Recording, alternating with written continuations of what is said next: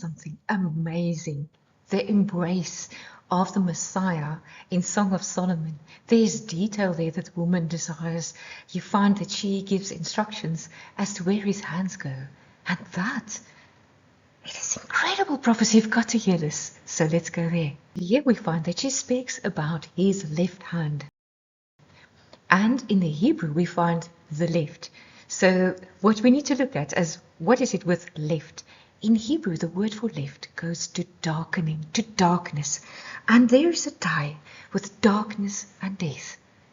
Do you remember when Jesus was on the cross between 12 and 3? There was darkness. His darkening was under her head. And if you think about her head, it has a tie to shaking in Hebrew. Thus his darkening was under her shaking. You need to know who she is.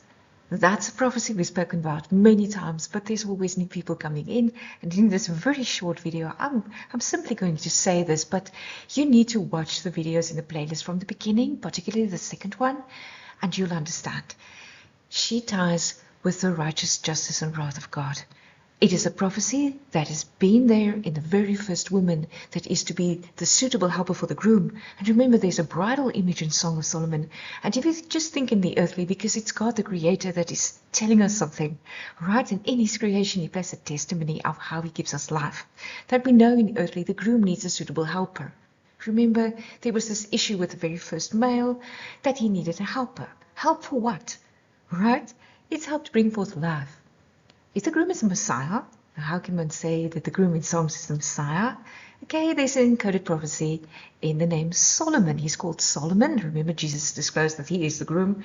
But in Songs, we find that he's called Solomon. Solomon means peace. And Prince of Peace is a messianic title. So is also Son of David. And Solomon was the literal son of David.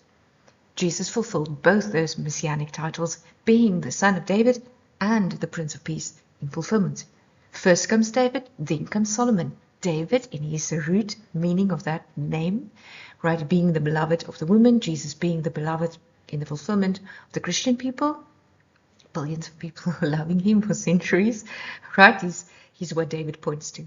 David ties within the root meaning boiling. And when Jesus was on the cross, under this woman's shaking principle, he was boiling in the God's wrath, because she's God's justice. We find that God's justice loves God's salvation, which is utterly awesome. Just think about that. What's supposed to destroy us now loves to save us, because that is the heart of God. He has his justice love to bring salvation.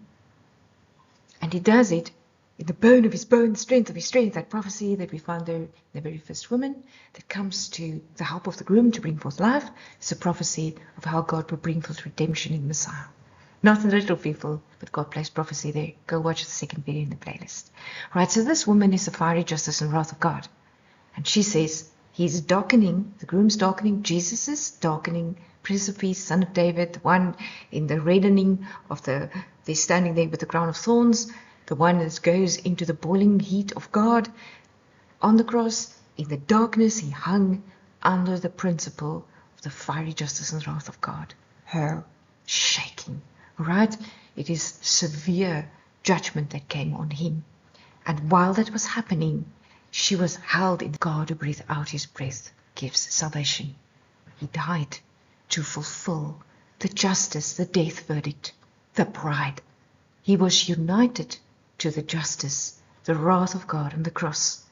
And exactly as she foretold in this ancient prophecy, his death, that dies with darkness, literally shown on the cross, his death was under the principle of her shaking.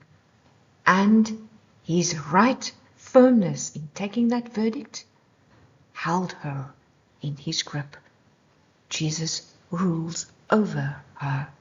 He took the death, he died, he fulfilled it, and now he rules over her. So thus, we can be pardoned, we can have life and salvation because of the working together in the midst between the groom and his bride, between Jesus dying, fulfilling the death verdict, so that he God's salvation can legitimately, uprightly, justly proclaim salvation to mankind and so bring forth life. Can you see the bridal image? Can you see how God testifies in the beauty of the earth, of creation, how life comes?